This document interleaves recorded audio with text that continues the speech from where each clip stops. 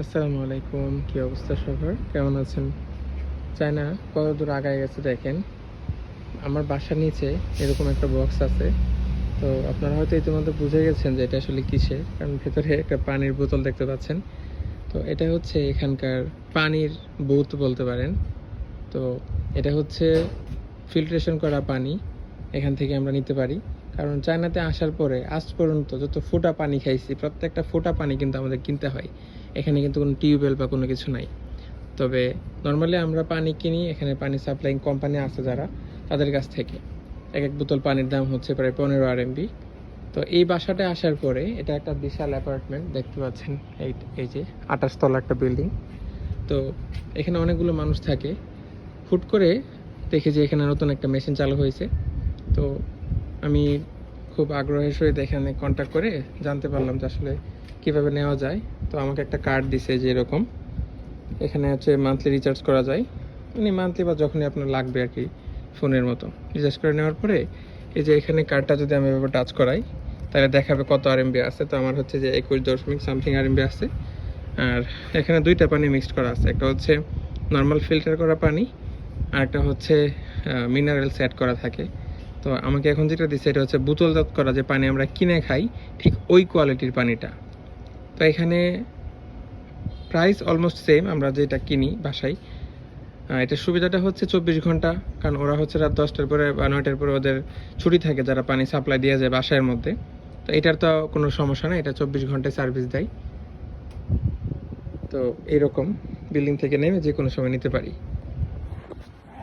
আমি এখন কার্ডটা পাঞ্চ করার পরে আমার মেশিনটা অ্যাক্টিভ হয়েছে। নর্মালি এটা লক করা থাকে এটিএম বুথের মতো। তো এখানে আমার কত RMB আছে দেখাচ্ছে। ভিতরে হচ্ছে আমি বোতলটা দিলাম। এখানে দুই টাইপের, যেটা বললাম, এই পাশে যেহেতু আমার রিচার্জ করা নাই, আমার হচ্ছে এই পাশের পানির জন্য রিচার্জ করা। পাঞ্চ করার পরে এভাবে খুলে বোতলটা, সরি, এই দরজাটা খুলবে এইভাবে। এটা খুবই শক্তিশালী, আপনার চুম্বক দিয়ে আটকানো থাকে যেরকম। তো ভেতর বোতলটা রাখার পরে এই যে এই পাশে দেখতে পাচ্ছেন 4টা সুইচ আছে। এখানে যদি আমি এখন সুইচ দিই তাহলে আমার বোতলে পানি পড়া শুরু হবে, যে দেখতে পাচ্ছেন। আর এখানে হচ্ছে ফুয়েল স্টেশন বা পেট্রোল পাম্পের মতো চার্জ মানে কেটে নিচ্ছে। আমার 24 RMB ছিল। তো বোতলটা প্রায় 6 লিটারের মতো পানি নিবে এই বোতলে, দেখতে পাচ্ছেন। আমি চাইলে যে কোনো সময় এটা অফ করে দিতে পারি, ঠিক আছে। তাহলে সুবিধা আছে অনেক।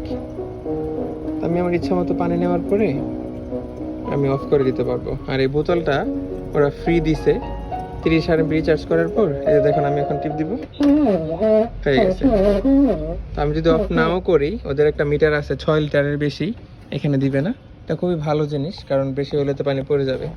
তো এই হচ্ছে সিস্টেম। এখন বোতলের একটা কর্ক আছে, ওইটা হচ্ছে আমি আটকায়া বোতলটা বের করে নিব।